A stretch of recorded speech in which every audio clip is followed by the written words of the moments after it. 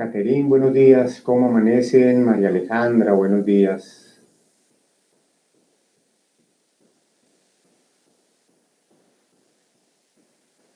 Natalia, buenos días. Valentina, ¿cómo están? Juan Jacobo, buenos días.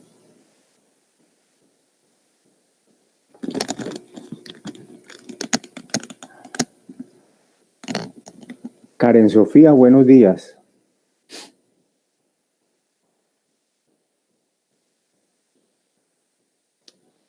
¿Me están escuchando bien? Ana Sofía, buen día.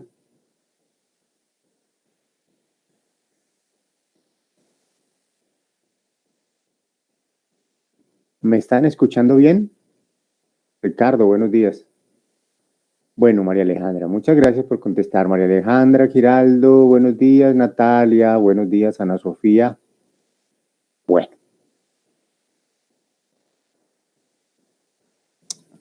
¿Dónde estarán los otros compañeros? ¿Acabaron de salir de clase o qué pasó?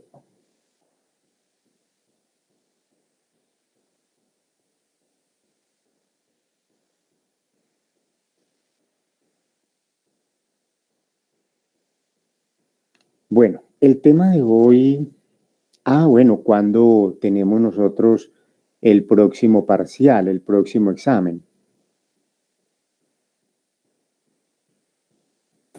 El miércoles, doctor, de la próxima semana. El miércoles de la próxima semana. El miércoles, el martes no hay clase, ¿cierto? El miércoles de la próxima semana. ¿Cuáles serían entonces los temas que vamos a incluir para ese parcial? A ver, nosotros la vez pasada evaluamos hasta dónde.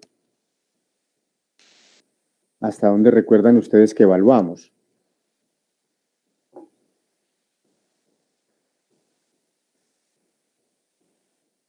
Hasta antibacterianos, doctor. Hasta antibacterianos. No incluimos antimicóticos ni antivirales, ¿cierto que no? No, doctor. Bueno, muy bien, gracias por la información. O sea que entonces para este parcial miércoles próximo. Bueno, tendríamos entonces, a ver qué temas hay.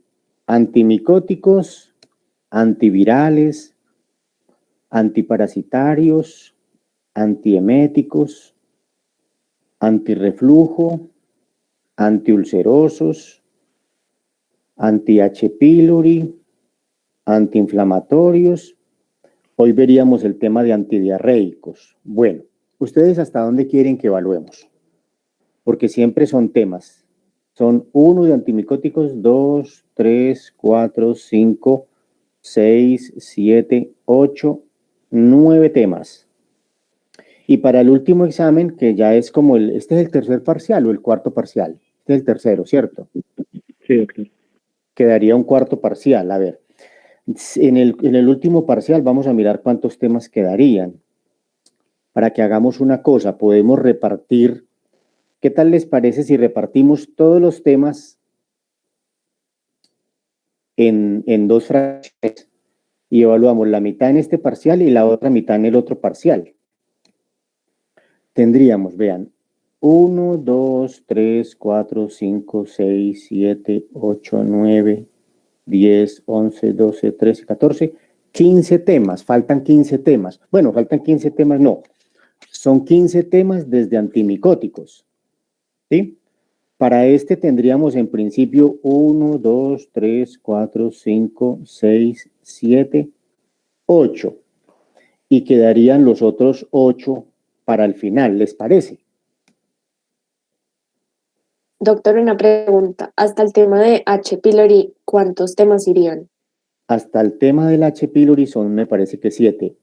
1, 2 serían antimicóticos, antivirales, antiparasitarios, antieméticos, antirreflujo, antiulcerosos y anti-H. pylori. Serían 1, 2, 3, 4, 5, 6, 7 temas.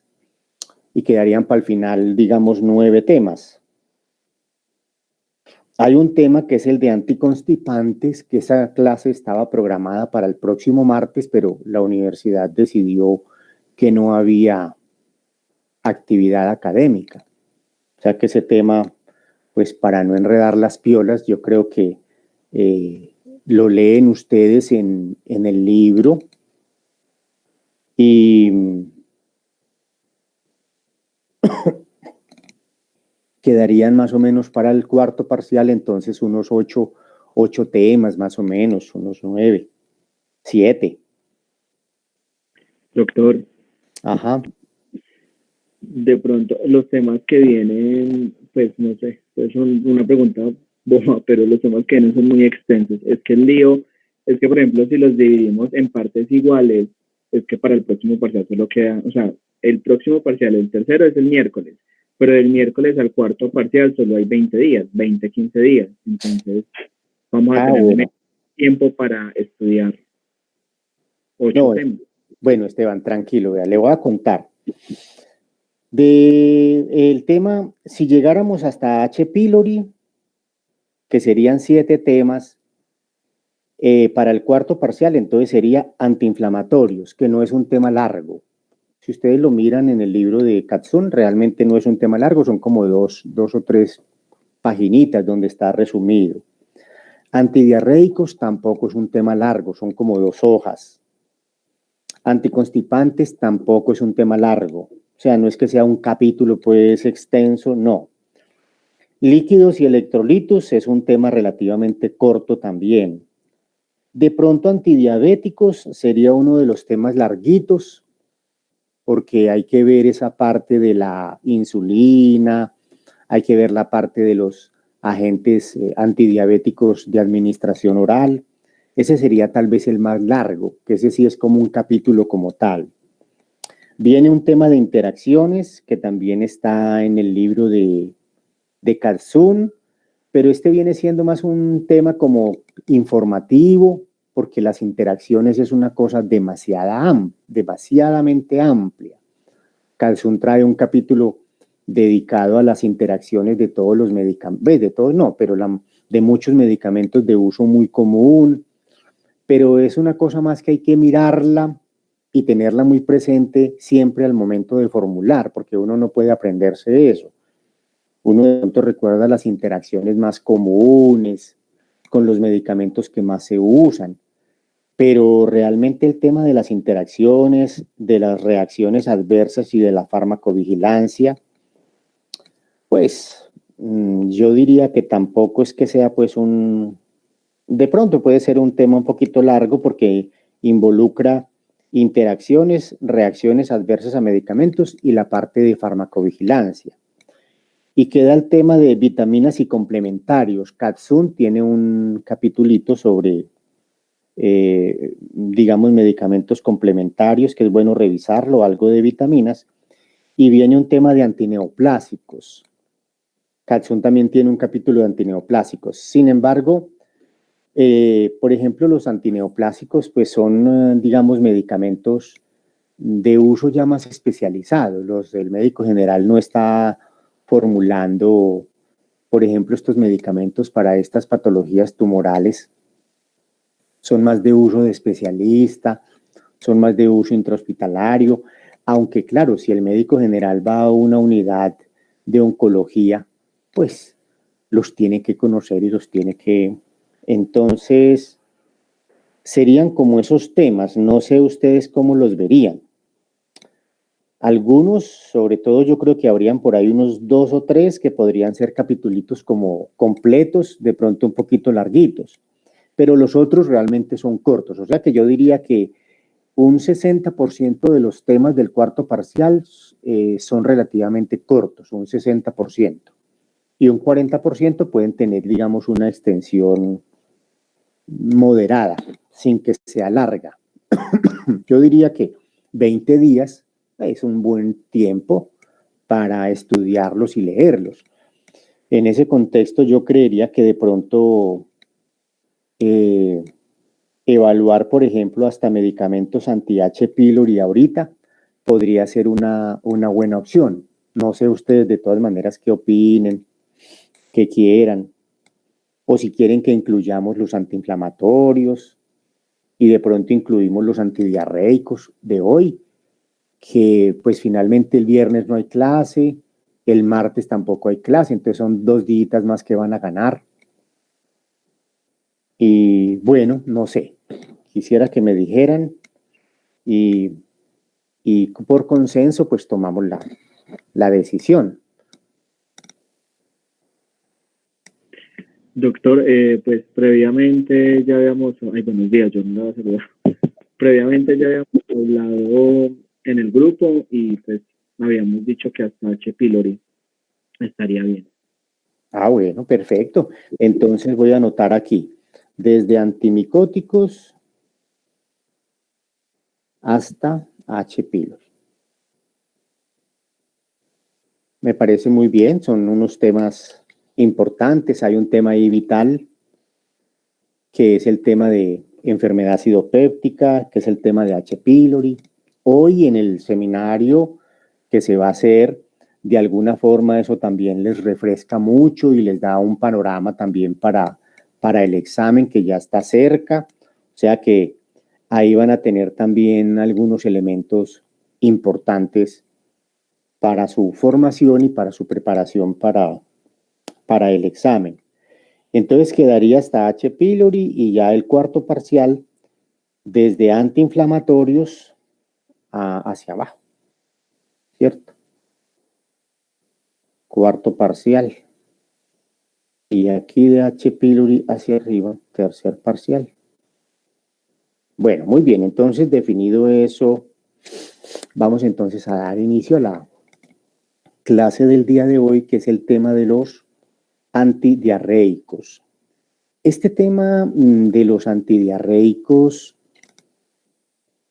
son un grupo de medicamentos que se utilizan para tratar precisamente la diarrea o la enfermedad diarreica aguda, o también llamado síndrome diarreico, que puede tener una connotación aguda o puede tener una connotación crónica cuando se prolonga ya semanas, incluso meses. Hay pacientes que hacen cuadros de diarreas de meses. En realidad, la definición de diarrea pareciera curioso y es como muy intuitivo que todo el mundo conozca lo que es como una diarrea. Pero cuando uno va y mira los textos y las citas académicas, no encuentra como una definición clara de lo que es una diarrea. Algunos hablan de que es la expulsión, por ejemplo, de más de 3 deposiciones líquidas en 24 horas. Otros hablan que cuando se expulsan más de 200 gramos de líquido, entonces se habla de diarrea, o sea que no hay como una claridad. Pero podríamos tomar, digamos, una definición un poco sencilla que está en muchos documentos y en muchos textos y artículos, y es que la diarrea básicamente es la expulsión de más de 3 deposiciones líquidas en un periodo de 24 horas. ¿Cuál es la implicación de eliminar o hacer más de 3 deposiciones líquidas en 24 horas? Que se va empezando a perder, como ustedes bien saben, líquido gastrointestinal. Ese líquido gastrointestinal es rico en agua y electrolitos. Y obviamente esa pérdida de agua y electrolitos puede tener diferentes factores etiológicos. Uno de ellos pueden ser, por ejemplo, la presencia de virus, que es tal vez uno de los factores más comunes. Los rotavirus tienden a causar daño en el borde en cepillo de la mucosa intestinal y tienden a facilitar alteraciones en los procesos de absorción de líquidos y electrolitos. También las bacterias pueden causar cuadros de diarrea. Estas bacterias son muy comunes, sobre todo en las diarreas del viajero, donde hay contaminación digamos, del tracto gastrointestinal por bacterias que no son habitantes normales, tipo E. coli u otras. También los cuadros de diarrea se pueden presentar porque hay factores que pueden lesionar la mucosa gastrointestinal. Es el caso de los antineoplásicos. Los antineoplásicos lesionan las células del borde en cepillo y alteran los procesos absortivos y son una de las causas comunes de cuadros diarreicos. Pero también las diarreas pueden aparecer por problemas de daños en los nervios del sistema nervioso entérico y de los nervios colinérgicos y simpáticos. Y eso también puede causar fenómenos de diarrea, siendo una situación, por ejemplo, común en los pacientes que tienen neuropatía diabética. También la diarrea es común en el paciente que tiene SIDA y también los pacientes que tienen mala absorción intestinal por problemas pancreáticos crónicos, etc. En realidad, nosotros el tema de los antidiarreicos, pues nos vamos a referir a los medicamentos considerados como tal, medicamentos para controlar la diarrea. En ese contexto, pues hay unos grupos de medicamentos que ayudan a controlar la diarrea, a disminuir el número de evacuaciones o a disminuir la cantidad de líquido que sale con cada deposición. De esa manera nosotros tenemos agonistas opioides, agentes absorbentes, resinas fijadoras de sales biliares, análogos de la somatostatina. Y tendríamos también algunos agentes antibacterianos, que son útiles sobre todo cuando se sospecha diarreas de origen bacteriano. Una diarrea de origen bacteriano, por ejemplo, es la que aparece cuando damos una terapia antibiótica y a raíz de la terapia antibiótica se altera la flora normal y coloniza el colon un Clostridium difficile, por ejemplo, causando una colitis pseudomembranosa, que puede llegar a ser mortal. En ese caso se requieren también antibióticos. Tratamiento para una colitis pseudomembranosa es el metronidazol o la vancomicina. Pero hay un aspecto muy importante que nosotros lo vamos a tocar en una clase más adelante, que es el tema de la hidratación. Porque una cosa es en una diarrea nosotros dar un antibiótico para una bacteria o dar un agente absorbente o dar un agonista opioide para aumentar la absorción de líquido o disminuir la motilidad. Y otra es la pérdida de agua y electrolitos que se producen en el paciente con diarrea, que es tal vez el evento más importante a controlar en cualquier cuadro de diarrea. Esto nos lleva a una primera conclusión, y es que en un cuadro diarreico lo más importante no es el antidiarreico. Lo más importante no es el medicamento que nos aumente la absorción o que nos disminuya la motilidad y que nos disminuya las evacuaciones, no. Antes, al contrario, eso puede ser perjudicial, porque de alguna forma la diarrea es un mecanismo de defensa. En casos de infecciones micóticas, virales, daños a nivel de la mucosa intestinal, la diarrea se convierte en un mecanismo de defensa que busca eliminar rápidamente las toxinas, los microorganismos o los elementos que están causando el daño. A veces los antidiarreicos son contraproducentes y no se deben utilizar, pero en todo cuadro diarreico es muy importante la hidratación del paciente. Es muy importante mantener una reposición de agua y electrolitos, eso es lo más importante. porque es lo que puede matar más rápidamente al paciente. Los pacientes con diarreas se pueden morir por deshidratación y por trastornos hidroelectrolíticos en la forma de hipocalemias, hiponatremias, siendo esas dos las más importantes. Entonces, uno diría, ¿cuál es el enfoque más importante de una diarrea? El manejo con los líquidos y los electrolitos.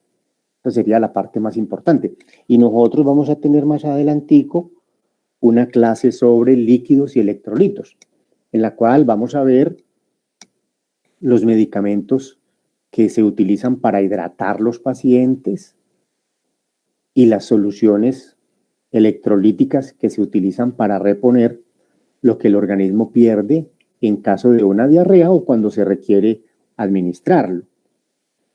Entonces, para concluir esta primera sección, en el caso de diarreas, lo más importante es la hidratación.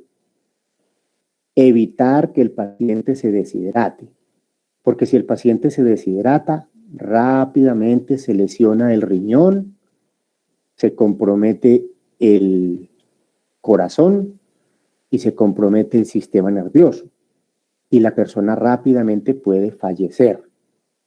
¿Todavía mueren personas por diarrea? Sí, todavía mueren muchas personas en el mundo por diarrea, porque no se hace la hidratación mínima necesaria.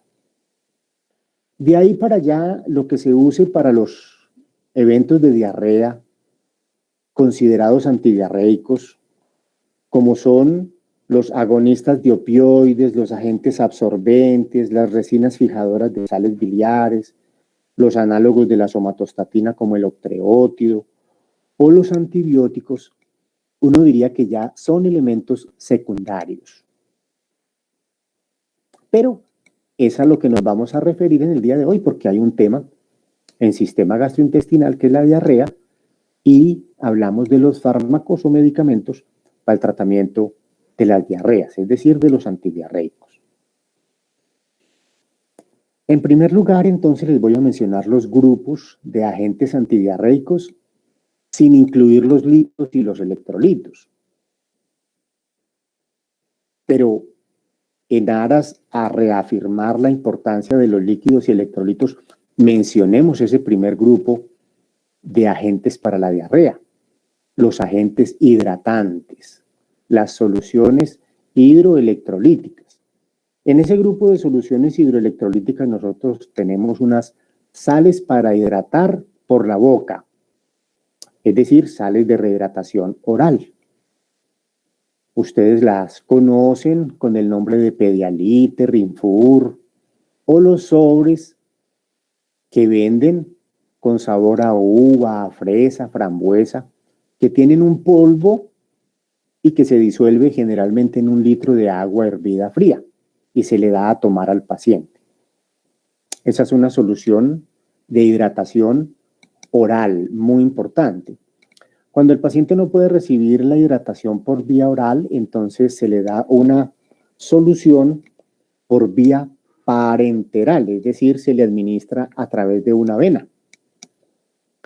Y para administración venosa, nosotros tenemos la solución salina normal, también llamada suero fisiológico. Tenemos el Ringer lactato. Tenemos la destroza en agua destilada. Y tenemos también soluciones de potasio en la forma de catrol y soluciones de cloruro de sodio en la forma de natrol. Estas son las soluciones que se usan para hidratación parenteral y las que le mencioné al principio son las soluciones para hidratación oral. Esas soluciones nosotros las vamos a estudiar en el tema número 23 sobre líquidos y electrolitos y voy a mostrarles cómo se dosifican, cómo se hidrata un paciente, cómo se hacen los cálculos de sus líquidos y cuáles son las necesidades de sus electrolitos y cómo se deben administrar para mantener una buena hidratación y controlar las deshidrataciones grado 1, 2 o 3. El otro aspecto de los antidiarreicos entonces son los grupos de antidiarreicos. Dentro de estos grupos de antidiarreicos, nosotros tenemos un primer grupo que son los agentes opioides o agonistas de opioides. Todos los opioides tienden a dar estreñimiento, porque todos los opioides tienden a incrementar, bien sea la absorción de líquidos a nivel intestinal, o bien tienden a disminuir la motilidad. Entonces los agentes opioides y los agonistas opioides, codeína, todos los opioides, morfina, oxicodona, metadona, todos dan estreñimiento. Sin embargo, como antidiarreicos, se recomiendan, entre otros, la loperamida, el difenoxilato,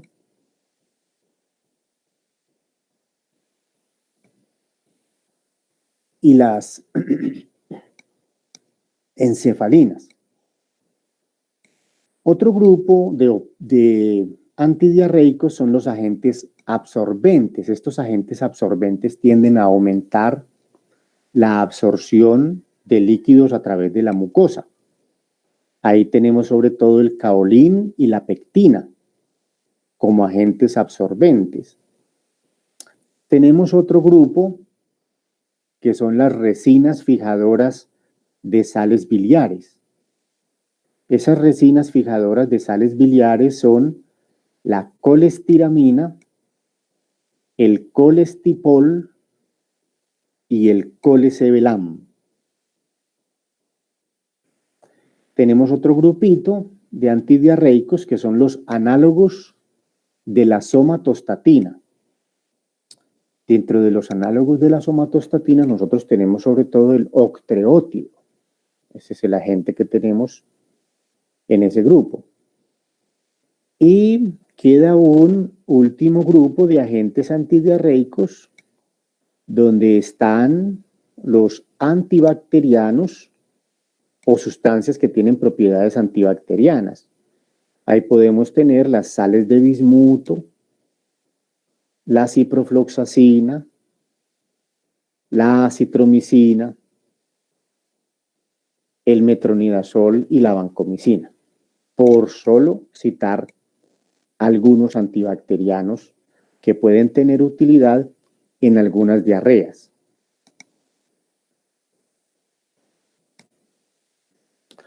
Bueno, hay que tener en cuenta que en el manejo de la diarrea, pues entonces los antidiarreicos, voy a repetir los grupos entonces, ¿sí? Voy a repetirle todos los grupitos. Agonistas de opioides. Ahí tenemos sobre todo la loperamida y el difenoxilato. Agentes absorbentes. Ahí tenemos el caolín y la pectina. Resinas fijadoras de ácidos o de sales biliares. Ahí tenemos la colestiramina, el colestipol y el colesevelam. Análogos de la somatostatina. Ahí tenemos el octreótido.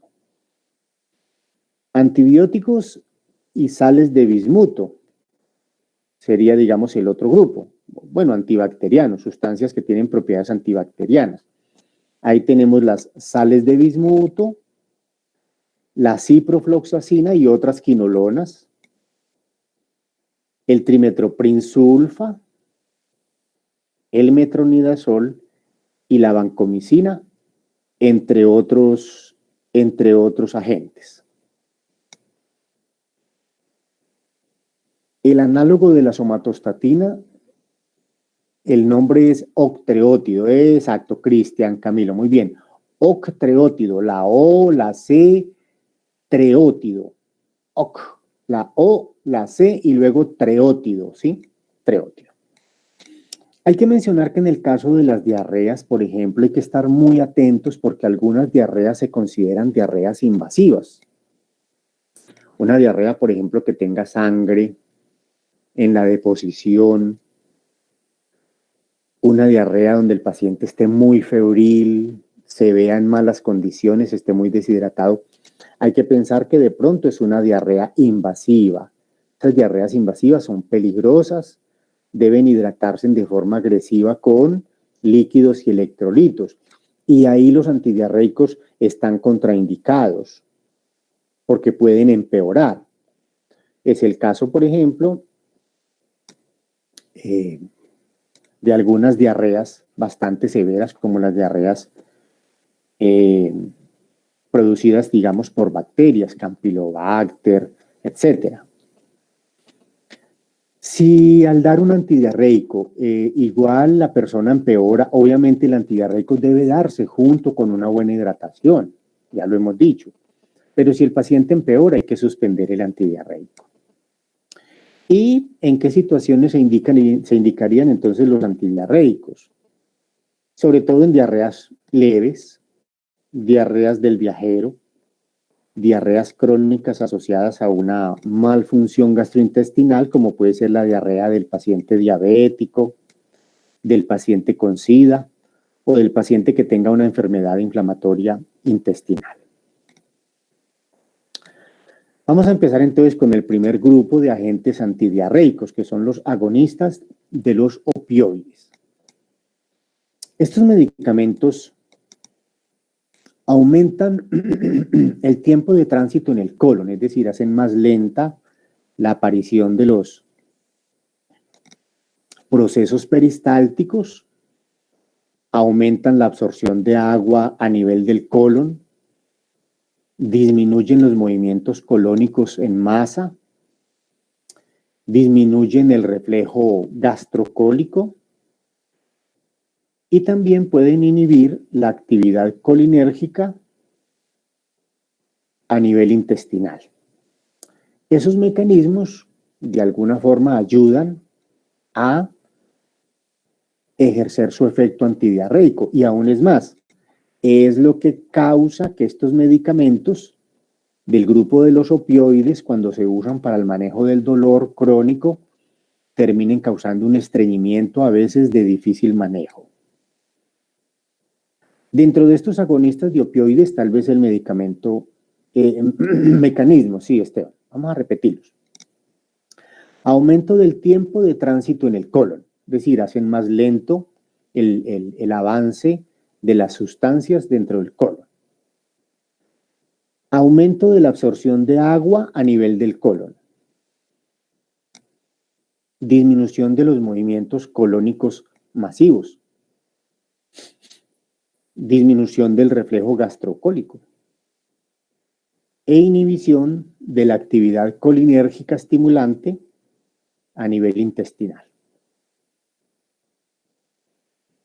Ahí tenemos dentro de estos agonistas los que más se usan son la loperamida y el difenoxilato. En el caso de la loperamida, este es un agonista opioide que tiene como propiedad importante no cruzar la barrera hematoencefálica, entonces no tiende a dar el fenómeno de sedación y depresión neurológica que es común con todos los opioides. Tampoco tiene riesgo de dependencia. Generalmente se administran 2 miligramos cada 6 horas. Esa es como la dosis. Y tiene como ventaja entonces que, a diferencia de los demás opioides, no cruza la barrera hematoencefálica. En el caso del difenoxilato, este sí tiende a pasar un poco más la barrera hematoencefálica, puede producir un poco más de sedación y un poco más de disminución de la actividad neurológica y puede llegar a crear dependencia cuando se usa durante largos periodos. El difenoxilato se adiciona a la atropina en una forma farmacéutica que tiene 2,5 miligramos de difenoxilato más 0,025 miligramos de atropina. Entonces, el difenoxilato, a diferencia de la loperamida, pasa la barrera, puede dar dependencia y se suma de atropina. Y la presentación es 2,5 miligramos de difenoxilato más 0,025 miligramos de atropina. Igual, recuerden que la atropina también da un efecto anticolinérgico que tiende a disminuir la motilidad intestinal y desde ese punto de vista también puede tener entonces un efecto antidiarreico que coadyuva con el opioide. También la codeína es otra sustancia que forma parte de este grupo. 0,025 miligramos de atropina, sí, está muy bien. 0,025 miligramos de atropina. Eso realmente viene correspondiendo a 25 microgramos, pero ustedes lo van a encontrar así como 0,025 miligramos.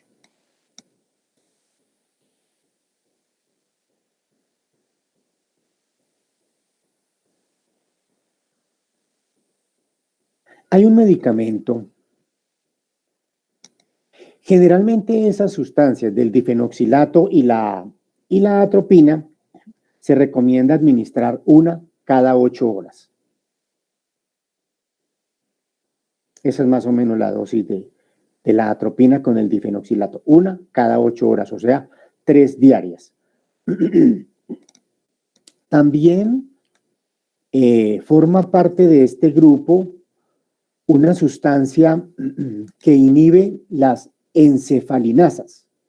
Las encefalinasas son unas enzimas que están a nivel intestinal y esas enzimas degradan unos transmisores denominados encefalinas que ayudan a los procesos de neurotransmisión parecido a como lo hacen los opioides, aumentando los procesos absortivos, disminuyendo la motilidad. De suerte que inhibir las encefalinasas con una sustancia que se llama el racecadotrilo, es un inhibidor de las encefalinasas, le da más tiempo a las encefalinas para que actúen. Y las encefalinas son opioides endógenos, son transmisores gastrointestinales endógenos que van entonces a poder producir un efecto incrementador de la absorción y reductor de la motilidad, presentándose el efecto antidiarreico con este medicamento llamado racecadotrilo. El racecadotrilo, les repito, inhibe las encefalinasas. Al inhibir las encefalinas quedan más tiempo actuando en las sinapsis gastrointestinales y se produce el efecto antidiarreico. Entonces, a la loperamida y al difenoxilato sumamos el racecadotrilo también como medicamento antidiarreico. El racecadotrilo en realidad es un profármaco. Él se transforma en tiorfán activo. Genera una molécula activa que es un tiorfán, que es el inhibidor de las encefalinasas.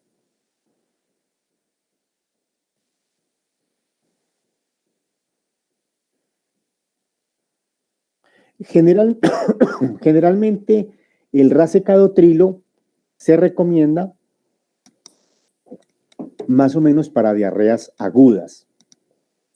La dosis del racecadotrilo es de 100 miligramos cada 8 horas y el máximo tiempo que se recomienda de administración es de hasta 7 días, pero solo se recomienda para diarreas agudas. En el caso de los agentes absorbentes, ahí tenemos sobre todo el caolín y la pectina.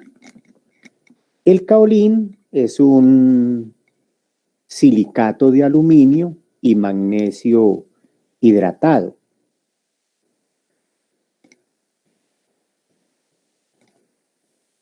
aumenta la absorción de líquido a nivel gastrointestinal, al igual que la pectina. Pero la pectina es un carbohidrato indigerible que se deriva generalmente de las manzanas. Ambos tienden a absorber, digamos, algunos componentes tóxicos que estén presentes en el intestino y que pueden estar generando lesión intestinal o alteración en los procesos fisiológicos. Entonces, ambos absorben toxinas gastrointestinales y ambos aumentan la absorción de líquidos. Es como los mecanismos de acción de la caolín y de la pectina. Se pueden dar juntos. Hay una forma farmacéutica que llama caopectate, en la cual está el caolín y la pectina. La dosis generalmente puede ser del orden de los 1,5 gramos, que se pueden administrar hasta 6 veces al día, para un máximo total de 9 gramos al día. Estas sustancias, caolín y pectina, en general no se absorben y tienen, digamos, una tasa pequeña de reacciones adversas, entre las cuales destacaría sobre todo la aparición del estreñimiento. El otro grupo de antidiarreicos son las resinas fijadoras de sales biliares. Cuando hay presencia de sales biliares, ustedes saben que las sales biliares se están produciendo a nivel hepático y hacen un proceso de recirculación enterohepática para volverse a absorber. Cuando hay una deficiente absorción de sales biliares, entonces estas sales biliares, digamos, pueden alterar los procesos de absorción a nivel intestinal y terminar causando diarreas secretoras. Para evitar la acción persistente de estas sales biliares, se utilizan entonces algunos medicamentos que se denominan resinas fijadoras de sales biliares. Y ahí tal vez el más importante de todos es la colestiramina. Es el que más usamos en nuestro medio, aunque también está disponible el colestipol y el colesevelan. La colestiramina es la que más usamos en nuestro medio. Generalmente se da un sobrecito de 4 gramos, 2 a 3 veces al día. ¿Qué problemas tienen estas resinas fijadoras de sales biliares? Uno muy importante, que pueden fijar vitaminas liposolubles y terminar causando una avitaminosis si se usan en el largo plazo. 2, las sales biliares son importantes para la absorción de grasas, entonces se pueden alterar las absorciones de grasas en los pacientes.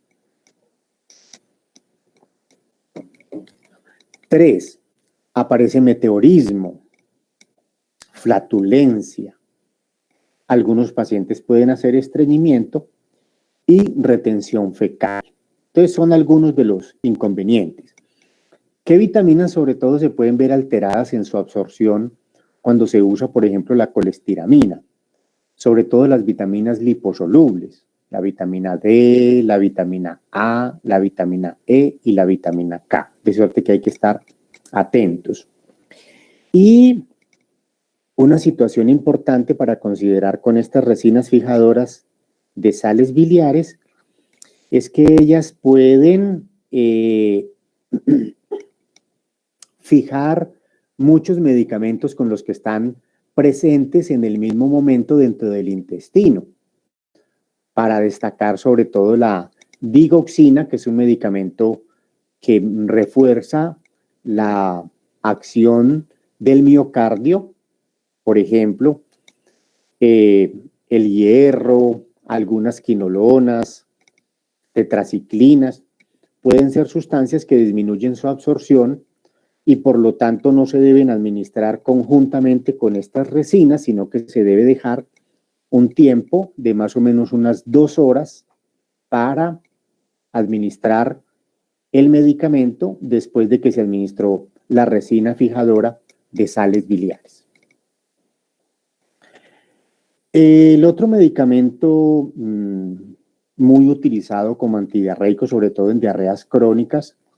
Es un análogo de la somatostatina que se llama el octreótido. Este octreótido tiene múltiples efectos sobre múltiples sustancias hormonales y transmisoras que se producen a nivel gastrointestinal. Por ejemplo, el octreótido se sabe que disminuye la secreción de gastrina, disminuye la secreción de colecistoquinina, disminuye la secreción de glucagón, disminuye la secreción de hormona del crecimiento, disminuye la secreción de insulina, disminuye la secreción de secretina, disminuye la secreción de polipéptido pancreático, disminuye la secreción de péptido intestinal vasoactivo o BIP y también disminuye la secreción de 5-hidroxitriptamina. Les voy a repetir los múltiples efectos que tiene entonces el octreótido. Te los repito: disminuye la secreción de gastrina, de colecistoquinina, de glucagón, de hormona del crecimiento, de insulina, de secretina, de polipéptido pancreático, de BIP o péptido intestinal vasoactivo y de 5-hidroxitriptamina. En ese contexto, el octreótido es una sustancia que puede tener múltiples efectos adversos, porque ustedes ven, está alterando la dinámica de muchas sustancias hormonales o transmisoras importantes a nivel gastrointestinal. También el octreótido se sabe que disminuye la motilidad gastrointestinal y disminuye la secreción pancreática y de líquido intestinal. También es una sustancia vasoconstrictora a nivel de los lechos esplágnicos y eso también le da la posibilidad entonces de modificar las dinámicas, digamos, circulatorias a nivel gastrointestinal. El octreótido tiene una vida media de más o menos 1,5 horas y se puede administrar por vía subcutánea. Y cuando se da por vía subcutánea, su efecto puede durar entre 6 a 12 horas. Hay una forma farmacéutica de octreótido para administración intramuscular que su efecto generalmente dura 3-4 semanas y la administración entonces se hace mensual. El octreótido se indica, por ejemplo, en los tumores carcinoides, en los bipomas, que son tumores neuroendocrinos que cursan con diarrea y producen generalmente diarreas secretoras. De suerte que el octreótido mejora los síntomas de estos pacientes. También en los pacientes que tienen síndromes de vaciamiento rápido.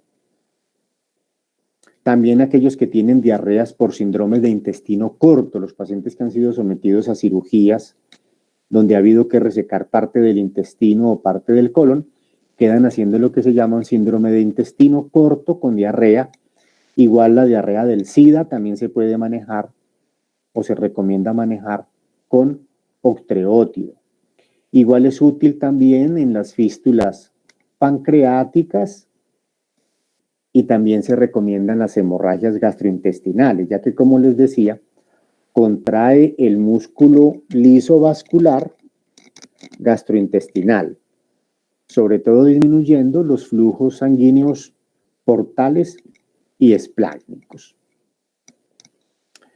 El octreótido tiene algunos efectos adversos, sobre todo en la forma de esteatorrea, déficit de vitaminas liposolubles.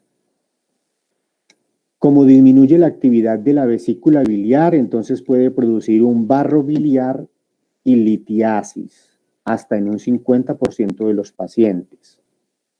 También hay pacientes que han hecho bradicardias, hipotiroidismos, hipoglicemias o hiperglicemias. Ambas situaciones pueden, digamos, presentarse cuando se usa el octreótido.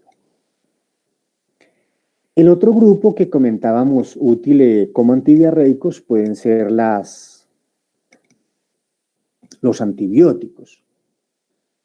Digamos, la antibiótico-terapia no es el elemento fundamental. Incluso podemos tener también antiparasitarios útiles en cuadros de diarreas, sobre todo cuando hay causar diarrea o cuando hay colitis amibianas. En ese caso, antiparasitarios como el metronidazol o el tinidazol serían medicamentos útiles.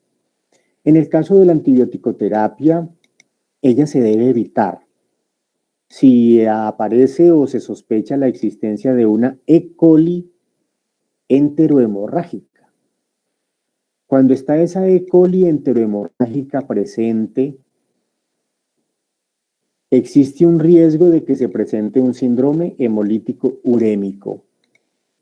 Entonces, se debe evitar tratar con antibacterianos esa situación. El manejo generalmente es de sostén, de soporte, pero los antibióticos se recomiendan sobre todo en las diarreas, por ejemplo, del viajero. En el caso de los adultos, las diarreas del viajero se recomiendan manejarse sobre todo con quinolonas y sobre todo las fluoroquinolonas, principalmente ciprofloxacina.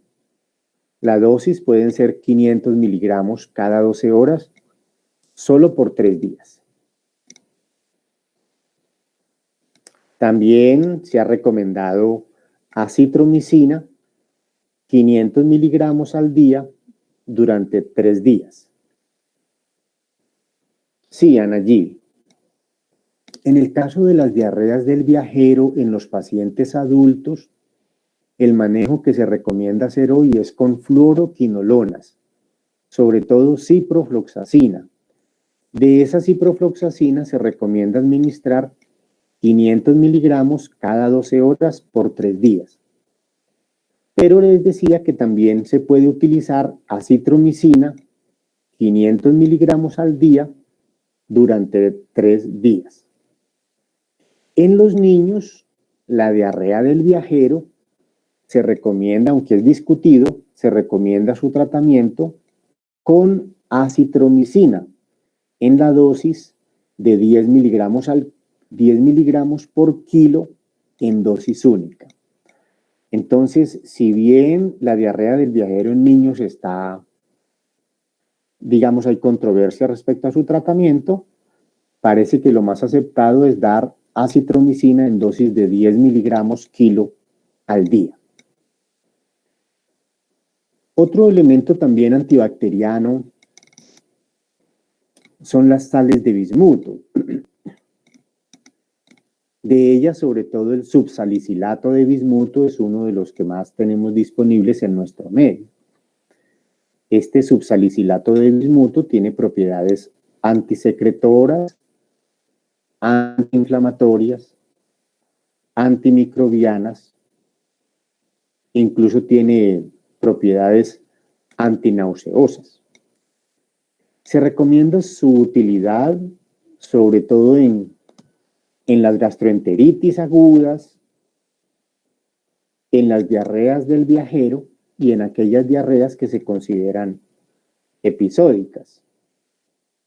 Tenemos del subsalicilato de bismuto tabletas de 262 miligramos y se puede administrar hasta 8 veces diarias, digamos, con cada deposición diarreica. ¿Qué problemas se describen con las sales de bismuto? Sobre todo la aparición de heces oscuras y lengua que se torna negruzca. Esto se sabe que se produce por el sulfuro de bismuto que se genera a nivel intestinal. Cuando reacciona el bismuto con los sulfuros de las bacterias y de las heces, entonces se produce ese sulfuro de bismuto que tiende a teñir de negro las deposiciones, aparentando como si fueran unas melenas, o pueden teñir de negro 262 miligramos. Sí, correcto. 262 miligramos de subsalicilato.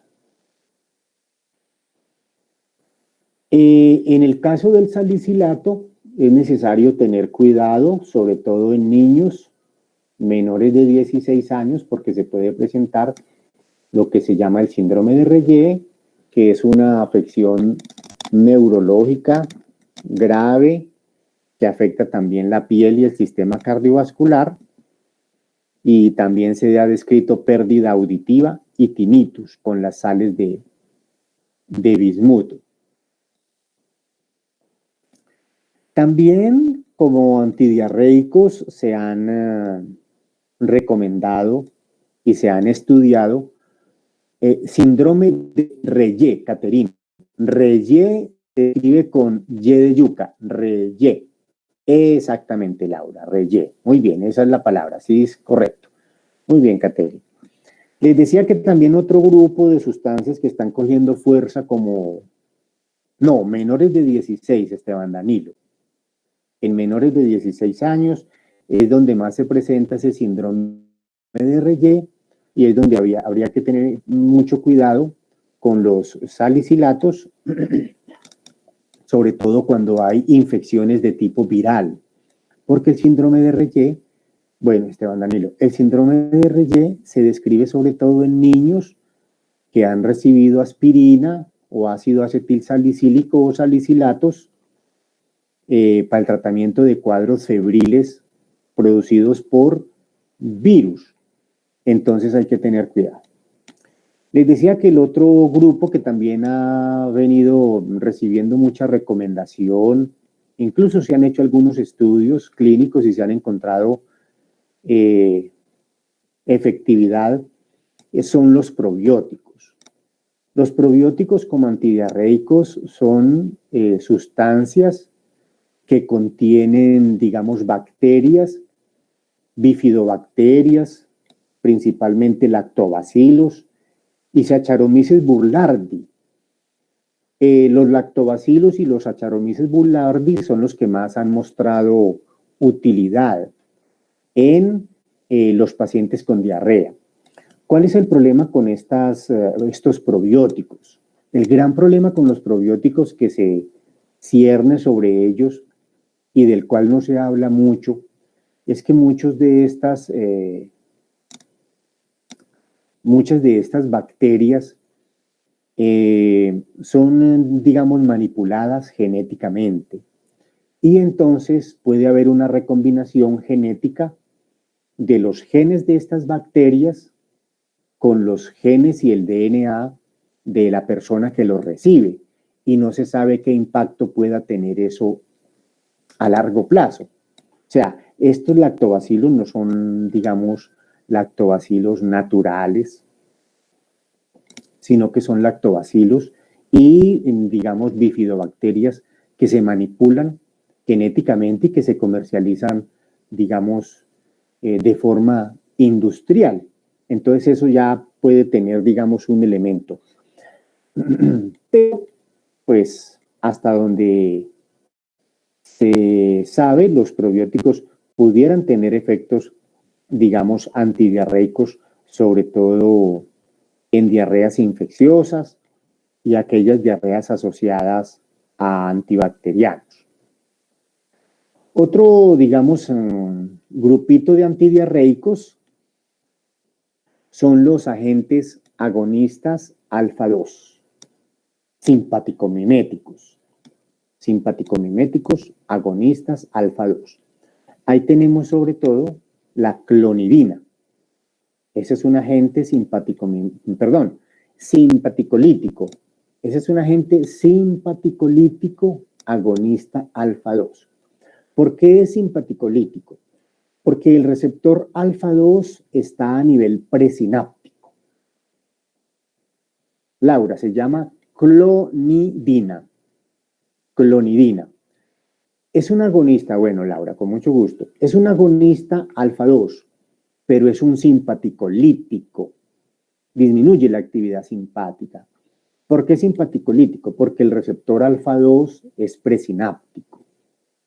Y cuando esta clonidina se une con ese receptor alfa-2, manda un mensaje a la neurona presináptica para que no haya liberación de norepinefrina, Y al disminuir la liberación de norepinefrina, disminuye la actividad del simpático. María Alejandra. María Alejandra, es que, el internet le está fallando. Bueno, María Alejandra, le voy a repetir. Estábamos hablando de la clonidina como medicamento también útil en algunas diarreas.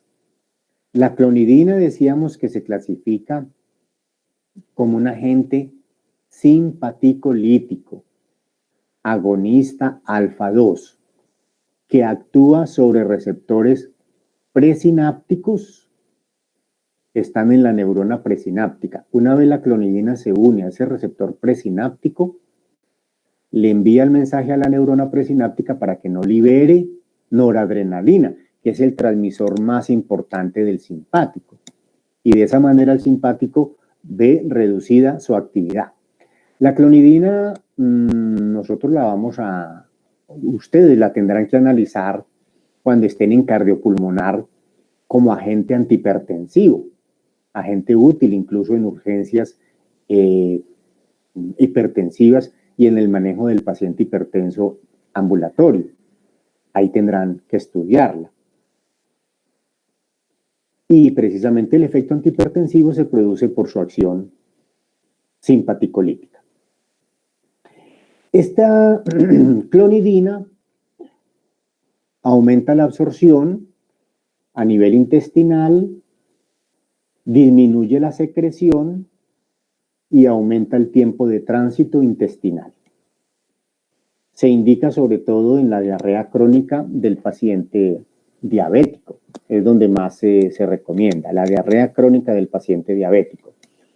Y la dosis a recomendar es de 0,6 miligramos cada 8 horas. 0,6 miligramos cada 8 horas. Dentro de las reacciones que se pueden presentar con la clonidina, tenemos la hipotensión, la depresión y la fatiga.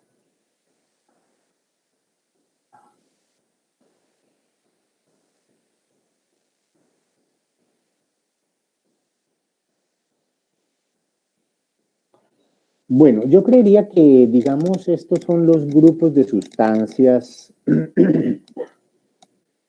más importantes que conforman el grupo de los antidiarreicos.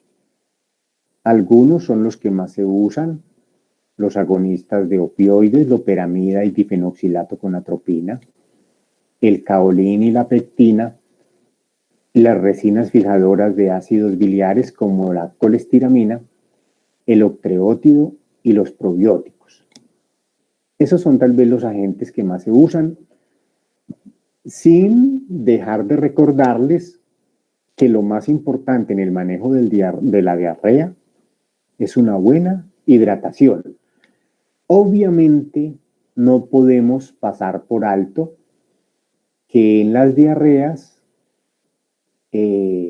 la limpieza, el lavado de manos, unas condiciones socioeconómicas adecuadas, el uso de letrinas, el jabón, son elementos fundamentales para el control de las diarreas. No podemos pretender que el antidiarreico es el elemento clave para el manejo de la diarrea sin que existan unas medidas sanitarias adecuadas. Y sin que hagamos una hidratación adecuada del paciente, porque no estaríamos haciendo absolutamente nada. No sé qué dudas tengan, qué inquietudes tengan. Este tema ustedes lo pueden revisar en los textos de Katzun, en los textos de Goodman. Ahí encuentran los aspectos fundamentales del grupo de los agentes denominados antidiarreicos. Es un tema relativamente corto y uno diría que gran parte del manejo de la diarrea se puede reducir al manejo de los líquidos y electrolitos, es lo más importante. Y de pronto estos medicamentos, pues claro, para aquellos pacientes que tienen diarreas crónicas o diarreas agudas, como la diarrea del viajero, etcétera, donde de pronto se requiere un soporte. Pero lo más importante es la hidratación. Bueno, no sé qué inquietudes tengan, si hay alguna pregunta, si hay alguna duda, si quieren hacer algún aporte. Diego Alejandro. Los probióticos son recomendados para bebés. En realidad, en la actualidad, digamos, no hay ninguna restricción hasta ahora, pues no hay ninguna restricción para usar probióticos, digamos, en bebés o en niños. Sí es muy importante tener presente que la seguridad de los probióticos no está muy claramente definida. Con todas estas especies transgénicas que se están generando ahora, con todos estos procesos de recombinación genética que se están implementando y que están empezando a permear toda la industria alimenticia, esto se puede volver realmente un problema de salud, digamos, en el mundo. Entonces hay que estar muy atento a lo que ocurra con los probióticos, con los informes sobre su seguridad y lo que puede pasar a largo plazo.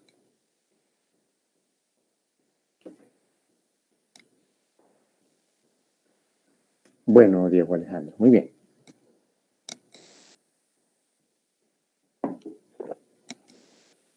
¿Alguna otra pregunta, alguna otra inquietud, algún aporte?